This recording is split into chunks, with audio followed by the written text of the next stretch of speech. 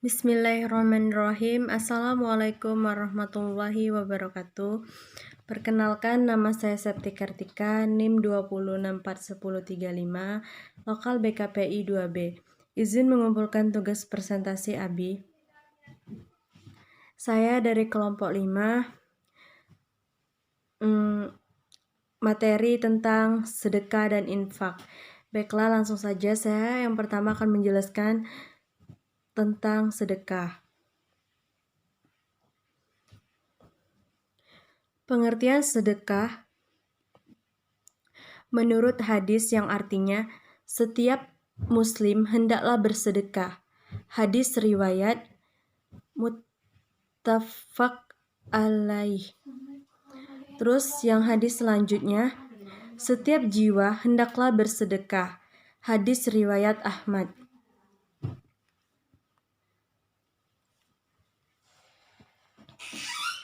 Dalam hadis ini sangat jelas bahwa Nabi mengeluarkan perintah terhadap setiap muslim agar setiap hari bersedekah.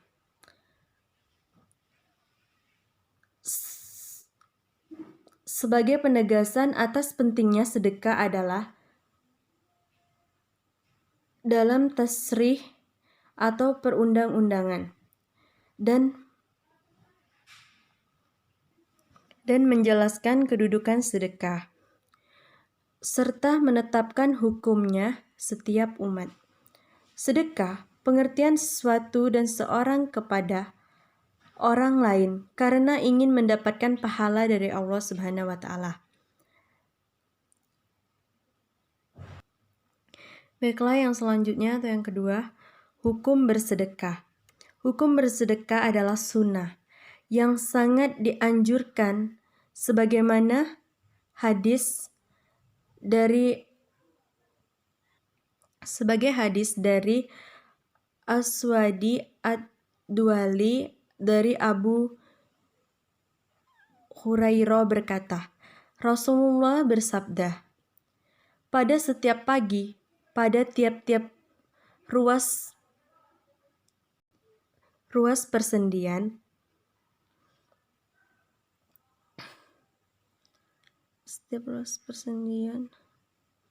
di antara kalian memiliki hak yaitu sedekah. Setiap tubuh adalah sedekah.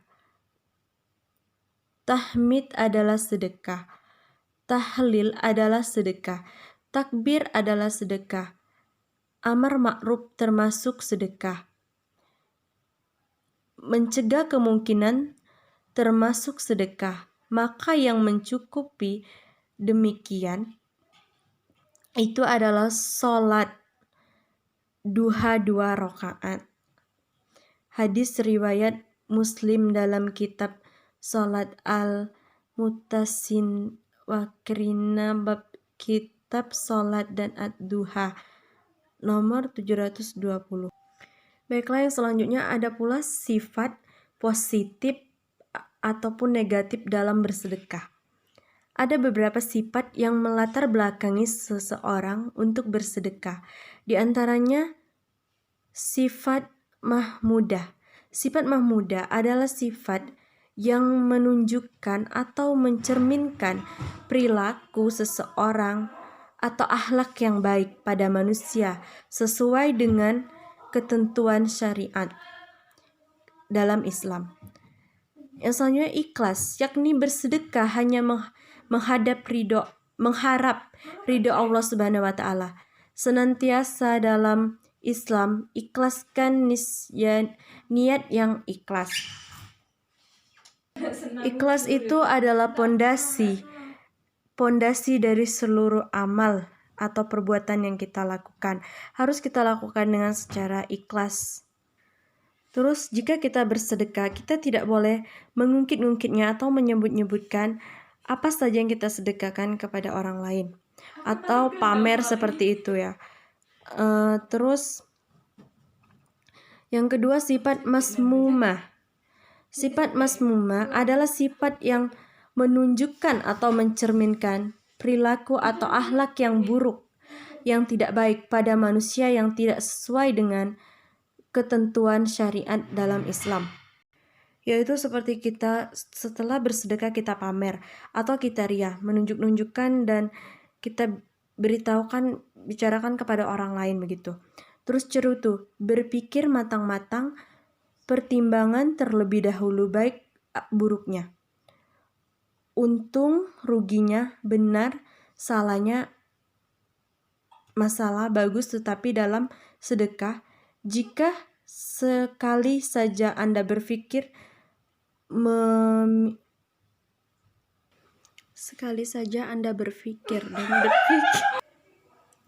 sekali saja Anda berpikir dan berpikir, menimbang rasa, yakni apabila bersedekah atau tidak, maka pahala sedekah secara otomatis tidak akan Anda dapatkan. Nauzubillah min zalik. Semoga kita tidak termasuk dari kategori tersebut.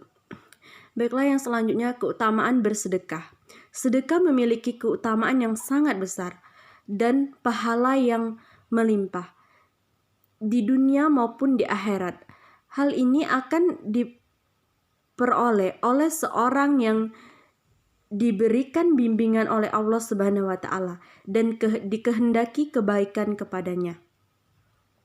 Keutamaan bersedekah di antara lain ada 5. Melindungi dari bencana, yang pertama. Yang kedua, menjadikan harta berkah dan berkembang. Yang ketiga, melapangkan jalan ke surga dan menyumbat jalan ke neraka. Yang keempat, sedekah dapat menyembuhkan penyakit. Dan yang terakhir, kelima, sedekah dapat memanjangkan umur. Itulah keutamaan bersedekah, sangat luar biasa. Masya Allah. Dan masih banyak lagi keutamaan bersedekah ini. Yang selanjutnya saya akan menjelaskan tentang infak. Pengertian infak dan pembagiannya dalam Islam. Infak adalah salah satu ibadah yang bisa kita lakukan untuk menyempurnakan amalan kita. Pengertian infak adalah berasal dari kata kanfaya yunfiku, yang artinya membelanjakan atau membiayai yang berhubungan dengan usaha realisasi perintah-perintah Allah. Perintah infak ini adalah untuk kebaikan, seperti donasi atau sesuatu yang bersifat untuk diri kita sendiri. Yang selanjutnya, macam-macam infak. Infak adalah mubah. Jenis infak mubah merupakan sebuah tindakan mengeluarkan harta untuk perkara mubah seperti berdagang dan bercocok tanam. Yang kedua, infak adalah wajib. Bentuk infak wajib adalah merupakan pengeluaran harta untuk perkara yang wajib seperti membayar mahar atau mas kawin, dan menafkahi istri yang ditalak dan masih dalam keadaan iddah. Yang ketiga, infak adalah haram. Jenis infak haram merupakan sebuah tindakan mengeluarkan harta dengan tujuan untuk yang diharamkan Allah Subhanahu wa taala, seperti infaknya orang kafir untuk menghalangi syair Islam. Seperti infaknya orang kafir untuk menghalangi syariah Islam. Seperti firman Allah Subhanahu wa taala dalam surah Al-Anfal ayat 36, yang artinya, sesungguhnya orang-orang yang kafir menafkahkan harta mereka untuk menghalangi orang dari jalan Allah Subhanahu wa taala. Mereka akan menafkahkan harta itu, kemudian menjadi sejalan lagi mereka, dan mereka akan dikalahkan dan tindakan diharamkan, dan orang-orang yang kafir itu akan dikumpulkan. Quran surah Al-Anfal ayat 36. Yang selanjutnya atau yang terakhir, keempat, infak sunnah. Infak sunnah ini yaitu mengeluarkan harta dengan niat sedekah. Jenis ini terbagi ke dalam dua kategori, yaitu infak untuk jihad dan infak kepada yang membutuhkan. Infak adalah sebuah kegiatan membelanjakan atau mengeluarkan harta kita tanpa ada nisab atau ukuran seberapa banyaknya harta yang harus dikeluarkan, seperti zakat. Terus kamu dapat menyempurnakan ibadah puasa Ramadanmu dengan menyisihkan sebagian uang untuk berinfak. Yang selanjutnya, manfaat infak. Manfaat kita berinfak itu banyak sekali. Salah satunya sarana pembersih jiwa, realisasi kepedulian sosial, sarana untuk meraih pertolongan sosial, ungkapan rasa syukur kita kepada Allah Subhanahu wa taala. Salah satu aksiomatika dalam Islam. Golongan yang berhak dan tidak berhak menerima ataupun golongan yang berhak menerima infak sebagai berikut. Yang pertama, fakir. Orang yang tidak mempunyai mata pencarian atau mempunyai mata pencarian tetapi penghasilannya tidak mencukupi dari yang dibutuhkan. Yang kedua, miskin. Orang yang mempunyai mata pencarian dan penghasilannya mencapai separuh atau lebih dari yang dibutuhkan, namun belum mencukupinya. Yang ketiga, amil infak. Orang yang bertugas mengelola zakat, baik masjid, yayasan, atau instansi yang mempunyai wewenang. Yang keempat, hamba sahaya. Orang yang tidak merdeka dalam artian masih hak masyarakat. Hamba saya ini hanya terjadi pada zaman Nabi. Yang terakhir, orang yang mempunyai hutang adalah seseorang yang terjerat dalam hutang, baik ia dalam perdagangan atau memenuhi kebutuhan dirinya sehari-hari. Yang selanjutnya itu tadi yang keenam, mualaf, orang yang baru beberapa saat masuk agama Islam atau orang yang diharapkan masuk Islam. Yang ketujuh, fisabilillah, orang yang sedang berjuang untuk agama Allah. Ibnu Sabil, orang yang sedang safar atau dalam perjalanan sedang bekalnya tidak cukup selama dalam perjalanannya.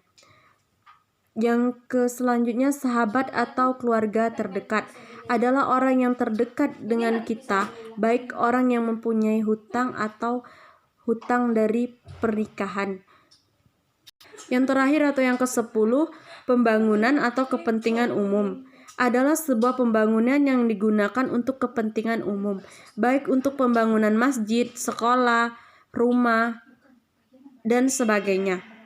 Dan sedangkan golongan yang tidak berhak menerima infak adalah yang pertama, orang kaya, orang yang mampu bekerja, orang yang kafir yang membagi. Yang selanjutnya, orang murtad. Dan yang terakhir, pembangunan tempat umum yang sudah megah. Baiklah, itu saja yang dapat saya sampaikan. Kurang dan lebihnya saya minta maaf kepada Allah, saya mohon ampun. Saya akhiri, wabillahi taufiq walhidayah. Wassalamualaikum warahmatullahi wabarakatuh. Waalaikumsalam.